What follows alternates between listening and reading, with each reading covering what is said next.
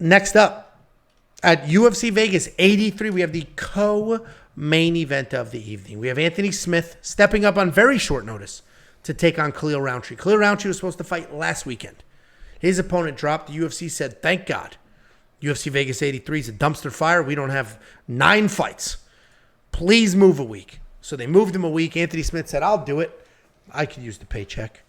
So we have Anthony Smith taking on Khalil Rountree in the co-main event of a fight night, and a fight that wasn't even on the books at all. But this is still an interesting fight nonetheless. Anthony Smith, 37-18 overall. Former title challenger. 3-2 in his last 5. He's coming on that controversial win over Ryan Spann. He's taking on Khalil Rountree, 12-5 overall. 4-1 in his last 5, riding a 4-fight win streak. And the reason this is interesting because these are both primarily strikers. Anthony Smith, his best days are probably behind him, but he is still an aggressive striker with good hands, good kicks, and good jiu-jitsu. His wrestling's not amazing. He did take down Glover in that grappling match, but his wrestling's not amazing, but he's insanely tough. Insanely tough. This guy will never quit. He's not going to give up. We watched his teeth come out of his mouth. He continued the fight. But he is at a weird point in his career. He's working on his analyst career. He's working on the front of the camera type stuff, not the in the cage type stuff. But he did step up on short notice. We've seen some weird mental lapses, like when he fought Johnny Walker and he was yelling at him. Lots of weird stuff going on. But he did just beat Ryan Spann. I think he lost that fight. That was a close fight. I think Ryan won that fight.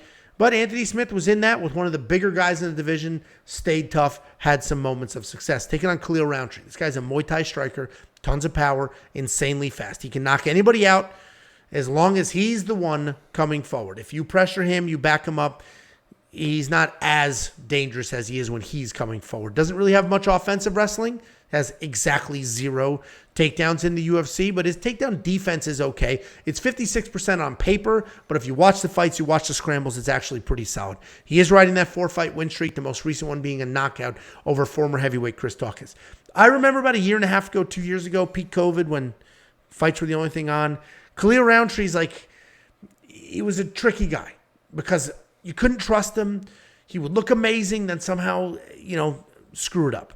He'd come out the next fight, be insane. Come out the next fight, look terrible. You couldn't really trust him.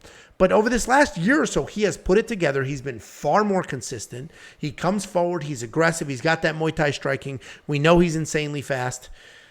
And Khalil Rountree's not Ryan Spann, meaning, Ryan Spann's massive, physically imposing, but Ryan Spann's a little bit slower. Doesn't let his hands go as much as he should.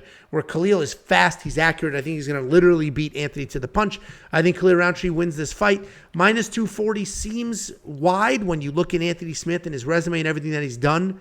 But I still think Khalil Rountree is going to get this win, and I'm looking forward to him on a 5-fight win streak because he can be a little more dangerous. What do you think, Jakey boy?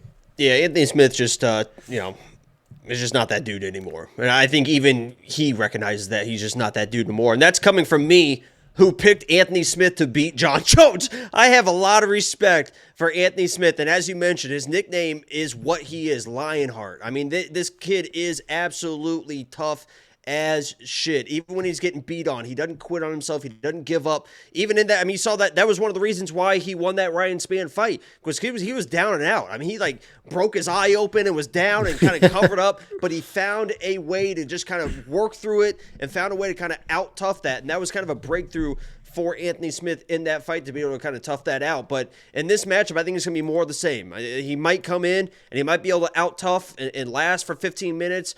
But Khalil, to his credit, you mentioned it, he is improving. And since he's been really locked in at Tiger Muay Thai, you see not only the changes in the way that he fights, the really heavy Muay Thai style and the way that he's been fighting, but every fight he's been more and more dialed in mentally.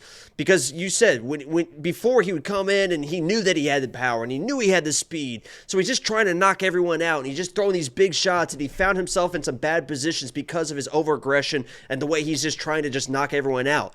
He came in that last fight versus Dawkins, first a guy that he probably could just swing wild and knock out, and he said, no, I'm going to take my time. I'm going to be ready for 15 minutes. And you saw the way that he approached that fight was much different than fights in the past.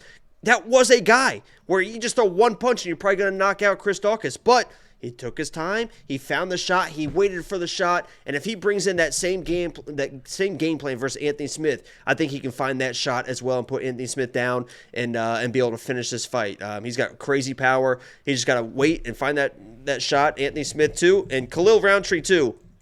That Muay Thai, the leg kicks could be big. Anthony Smith's had some real bad issues defending leg kicks. Luckily, Ryan Spann, I think they said he threw one leg kick in his last 9 fights, so he didn't really have to worry about it. But those leg kicks could come back in a bad way in this fight as well. Set up low, go high. I'm Khalil Rountree all the way in this matchup. Yeah, I mean, I'm surprised we're both that confident, because at first I wasn't that confident. At first I was like, oh, Anthony Smith is Anthony Smith. Ooh, Khalil Rountree is... He's got to grapple if he wants to win this, I think. Yeah, well, and then that is why I mentioned that he took down Glover in that grappling match. But, the reality is Khalil Rountree should be just literally faster, hit harder, do all of those things. Anthony Smith is tough. Khalil Rountree, as I mentioned, was inconsistent in the past. He seems far more consistent lately. Seems to be doing the right things, make the right changes, really finding his rhythm. So we're both pretty high on him.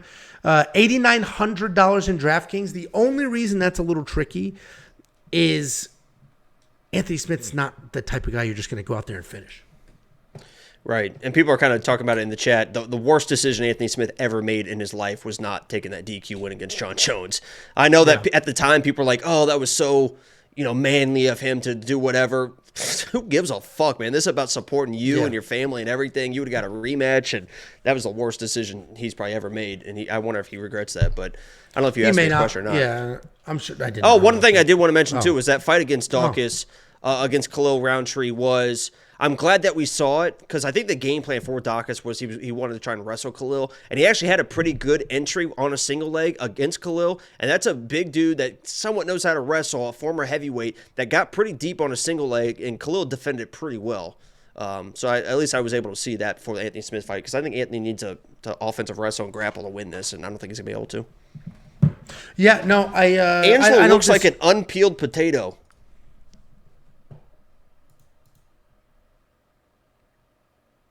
Any thoughts? Rude. What'd I say? You look like you look like just a human mold of vanilla pudding. You guys are being quite rude to me. I'm here every week grinding, putting out content weeks before events, building these custom graphics. Go find another channel. Go find a fucking another channel with graphics that isn't just a fucking Tapology background. Go find that shit. Tell me I look like a fucking potato? Because I'm sitting here building these goddamn things. 2 graphics for every single fight for you idiots. A fucking potato? Fuck you. Go watch those 2 losers read a spreadsheet every Sunday. Fucking Muppets. Are you going to spend the $8,900 in DraftKings? I don't think it's worth it, because Anthony Smith is too tough to finish. Move on, nerd. Answer the question.